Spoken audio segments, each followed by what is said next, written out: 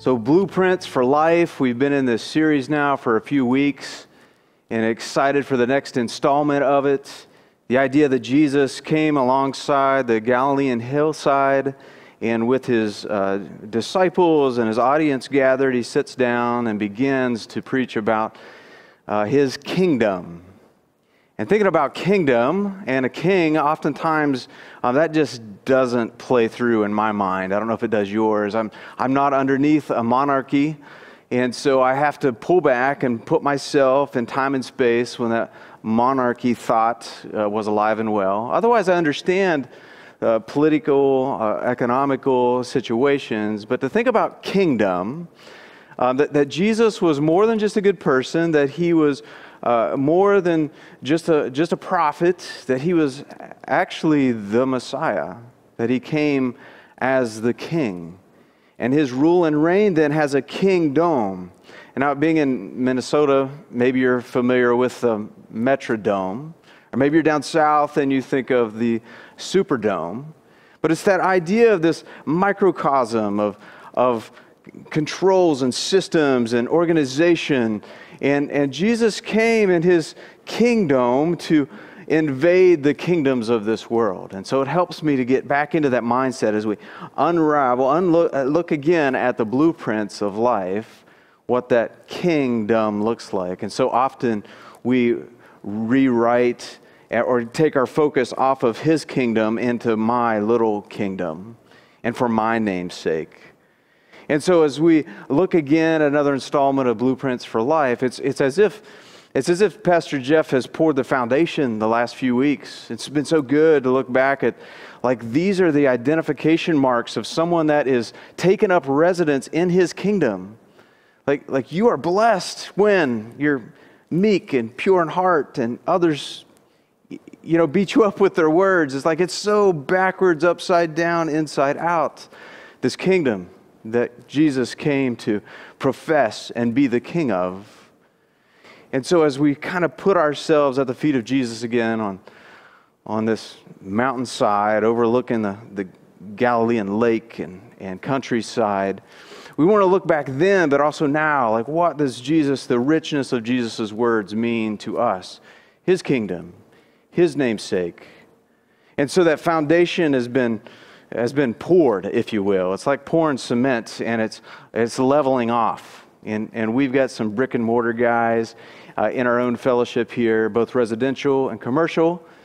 And I'm thinking of one in particular that's got like the golden trowel, because thinking about how perfectly level the ice rink or the Menards and the square footage. But I'm not a commercial cement layer.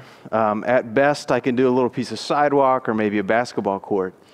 And so what's the next most important thing when you pour the cement is to what? It's to put your brand on it.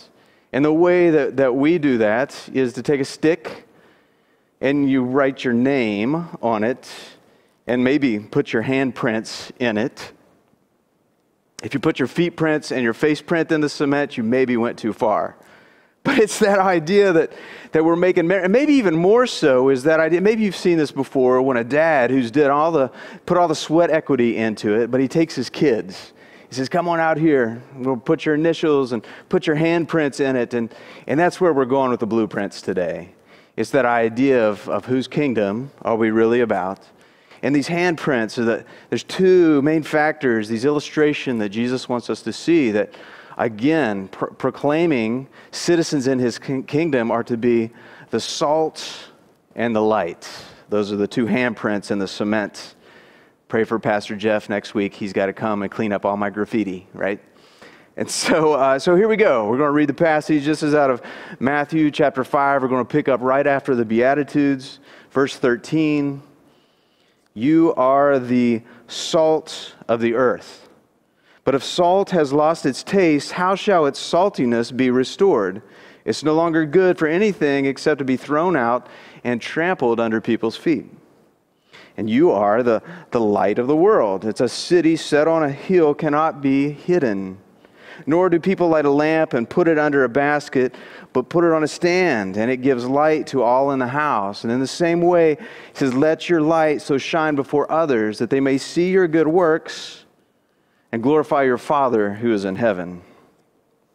Now, these are some classic illustrations, and even our world at large uses them sometimes to be a light, to be the salt of the earth. But I want to break them down. I think we take for granted some of these, and there's just a richness here. And we're just praying that God will, pun intended, illumine your minds, your hearts today to see how Jesus is making these an identification mark for those that are in His kingdom.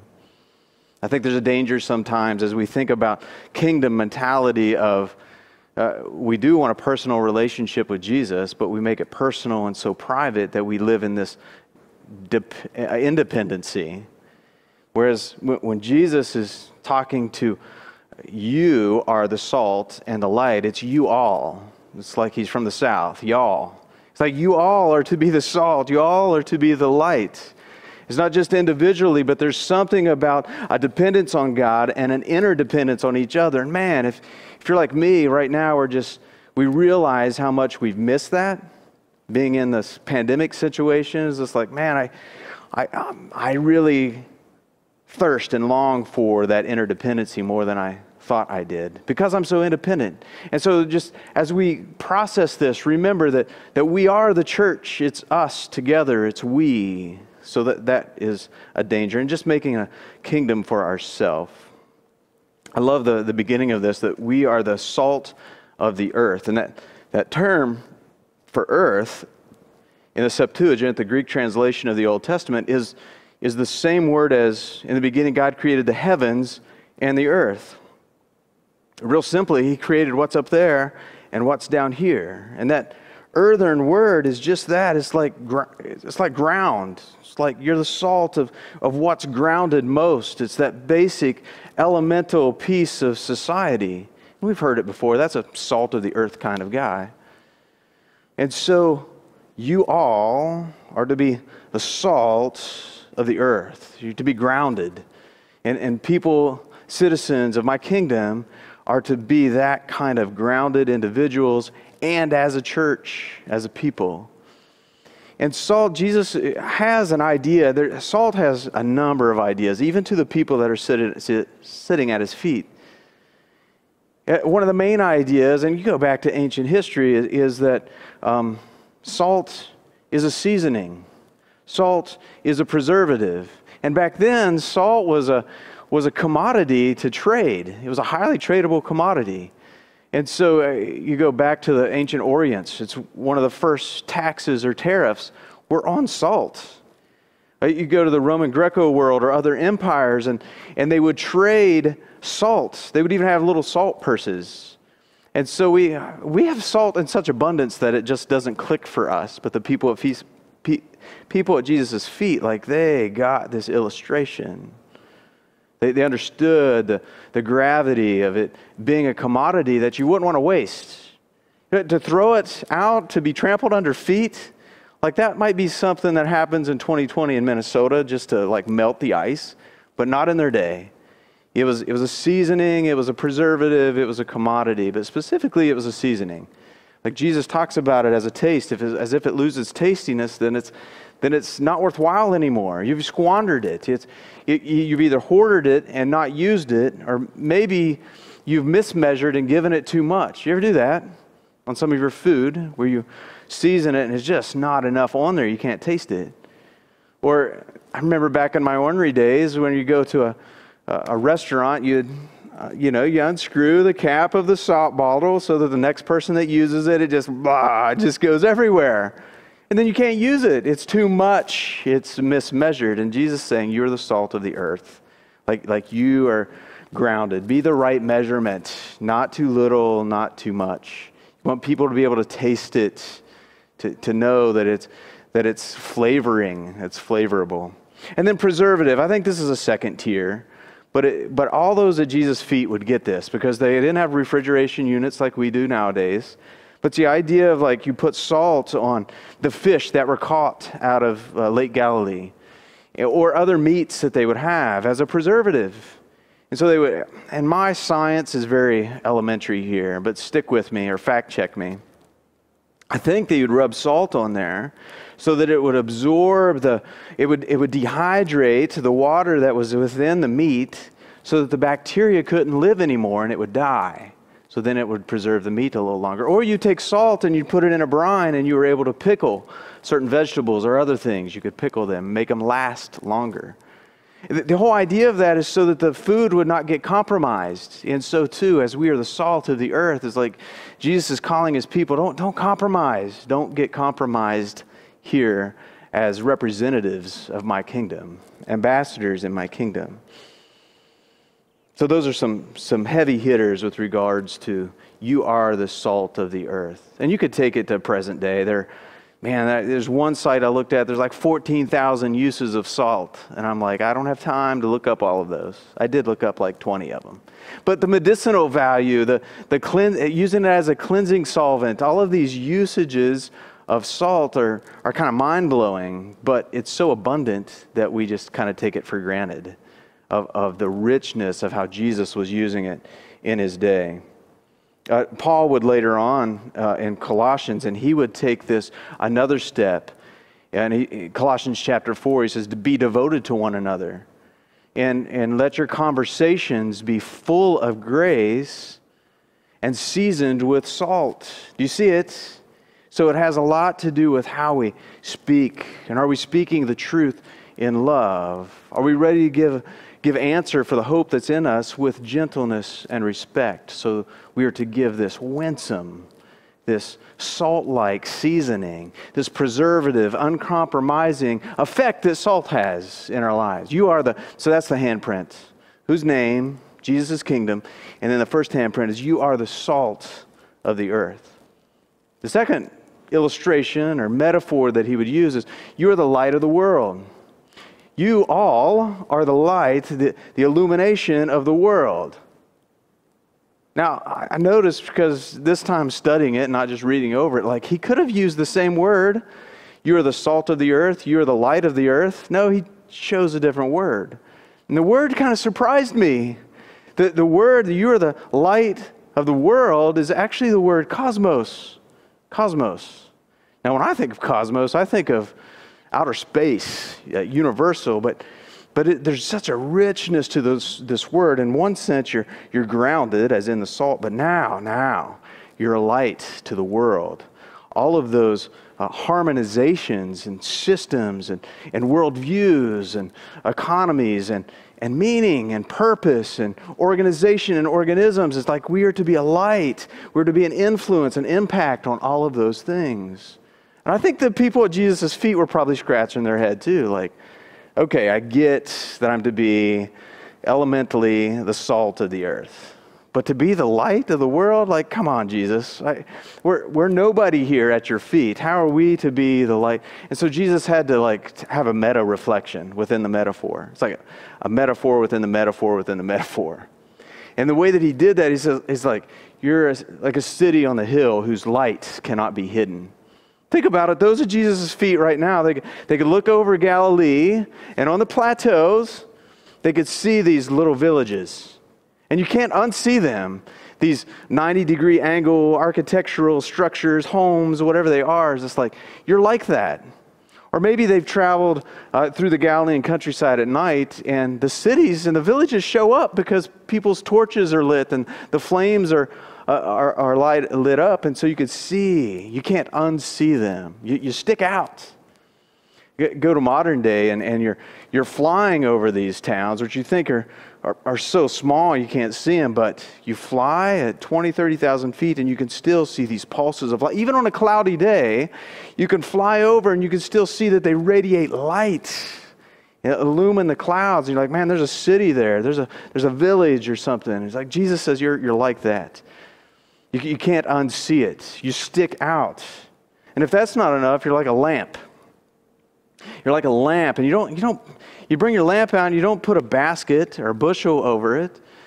Luke and Mark would say, like, it's not like you hide it away or stick it underneath a piece of furniture. No, you put it out on a lampstand so people can have a look-see. so that everyone, there's this whole picture of people and family can have sight, because you don't waste it again, you don't squander it. And there's something about that we miss some of this illustration, because all we have to do is flick on a switch and we have light and we're illumined, and it can be the middle of the night and we don't have to worry about our oil lamp going out. Maybe if we haven't paid the electricity, but it's that idea of like, it's valuable. How much oil did they have in their lamp? How much the candlestick? And then they put it on a candle holder. I think one of the things that's thrown me off here in the past, and some of your translations may have it, it's that idea that you don't light a lamp and put a bushel over it. Do you have that or seen that? Or maybe you've sung the song, this little light of mine, I'm going to let it shine. Hide it under a bushel? No. A bushel? What is a bushel? Come on, speak English to me. Bushel, what is that? Well, a bushel, maybe you've heard it in another song. I love you, a bushel and a peck, and a hug around the neck. And I always thought the peck was like, and it is, like it's this little kiss. Like a peck. Sorry. But it's like, it's this small measurement. And a bushel is another measurement of an ingredient. And so whether it's flour or wheat or whatever it is, it's the bushel. And so the powder itself is a bushel of a measurement, but also the container. And would you take that, and maybe it's even oil. You don't dump that out upside. You don't use the utensil to put the flame out. Does that make sense? This bushel is not to be used. It's wasteful. It makes no sense to use a candle that is of high value, especially in their society. And so bring that to present day. What is the application of that, Phil? Like, we're going to stick out like a city on a hill if we are part of Jesus' kingdom. And this light, this lamp that we shine, it's not to be hoarded and kept to ourselves. And we don't just keep it in our bedrooms or in just our households. But if we're part of the kingdom, we can't help but to radiate it to all others that are in our influence, that God would have us to impact and welcome into His kingdom. I didn't talk about this earlier, but His kingdom was like it was with Adam and Eve: be fruitful and multiply and have dominion over the face of the earth. Like, He wants to give us and share His dominion with us. In the same way that Adam and Eve spoiled that, squandered it away, so too every generation after them, and Phil included. It's like, man, do I really let my light shine? Am I practicing the dominion of the Father as He's taken my handprints and said, be salt to the earth, be a light to the world? Am I then taking my children and being like, hey, do this. This is the pattern that God's given us that it might enrich our lives. It's the blueprints for life. And so are we enriching other people's life by being upside down, inside out, and backwards with the kingdom? This enlightenment, it's like a blueprint as it's wielded out. It's like saying, dear foreman, dear reader, do you get this? You see where the light is to shine and to be effective. And the salt is to really give flavor and seasoning and being winsome in our conversation. This illumination of systems and cultures and economies and purpose and reason and meaning and hope. Hope. If anyone has hopes, it's those who have put themselves underneath the kingdom to follow the King, and He wants us to shed that light on others. I think the best way to wrap this up, and there's some challenges within that, is I had a T-shirt once upon a time that was one of those glow-in-the-dark T-shirts. It was black with this white moon on it, and it said, "Be the moon." And you had to see the back of the shirt to understand it. It said, "Be the moon, reflect the sun." S-O-N. Because we're just like these dirt balls, just like the moon is. I mean, we don't radiate. We're not these flaming gas balls like the sun is. But the moon takes that and reflects it. And in the same way, we're to be the moon and reflect the sun, S-O-N. A singer-songwriter friend of Anna and I's growing up dozens of years ago, she wrote a song called "The Moon and I." And I wanted to share these lyrics with you as we kind of close out. The moon puts on a borrowed coat, and I think he wears it well. He doesn't seem to mind at all as far as I can tell. But out there on that silver sleeve, he dons a darker side. And though I see him wearing thin, he always turns the tide. We're much the same, the moon and I. We are both reflections of a greater light. And despite the things that I'm going through, whether I rise or whether I fall, truth is we know without the light, we would never shine at all. And tonight, he shines a crescent light, and he stumbles through the trees. You know it's hard to get around so many stubborn leaves, but he'll use everything he can to brighten up the dark, because behind that waning smile, there beats a full moon heart. Oh, we are much the same, the moon and I, for we are both reflections of a greater light. And despite the things that I'm going through, whether I rise or if I fall, the truth is we know without the light that we would never shine at all. Would you pray with me? God, it is not in and of ourselves that we can shine, that you are the light of the world, and you have invited us and want to share with us that light. And so, God, instill and stir in us that attractiveness to not only receive, but then to give it away. And God, in the same way that you called us and stamped on us to be a salt to the earth, that we would just be people that are grounded. And that we would flavor our conversations, not being too much, not being too little, but just right. And God, that we would use the light that you give us to not draw attention to ourselves. So I missed this in the message. It says, now you go and be the light. In the same way, you go and shine your light so that others might see your good works and glorify your Father in heaven. That's where this ends. That's where these metaphors ends. It's this reflection of how do we make the Father look good. Not bringing that reflection on ourselves, not in our miniature kingdoms that are all going to fade away, but how do we, now that we have this new code of conduct and this imprint and blueprint in our lives, how do we now turn that into living good lives? So that there's a winsome quality, God, that when other people look at us, when other people look at the church and us, you all, that they see not us, but they see the light of the sun. God, that is our heart's desire as we pray and posture ourselves in a time and season when people are taking and worried, that we might be trusting and giving, that we might be generous in a time of scarcity. Imagine those people sitting at the feet of Jesus, God, that they were listening to your son's words and they're just like, how can this be? And that, God, you are stirring in them in the beginnings of this new kingdom and the ethic of the kingdom and what it looks like and how we identify with it. And so, God, help us to posture ourselves in those truths, in that ethic, so that we can be a representative of your name, of your stamped image, and that cemented foundation. And God, that imprint would not just be a reflection of our own, but it's as if the Father has taken our hands and put it in the cement and said, oh, look at this, how beautiful it is, his children and how they reflect. I wonder who their dad is. Jesus, may that be the posture of our hearts as we go forward here.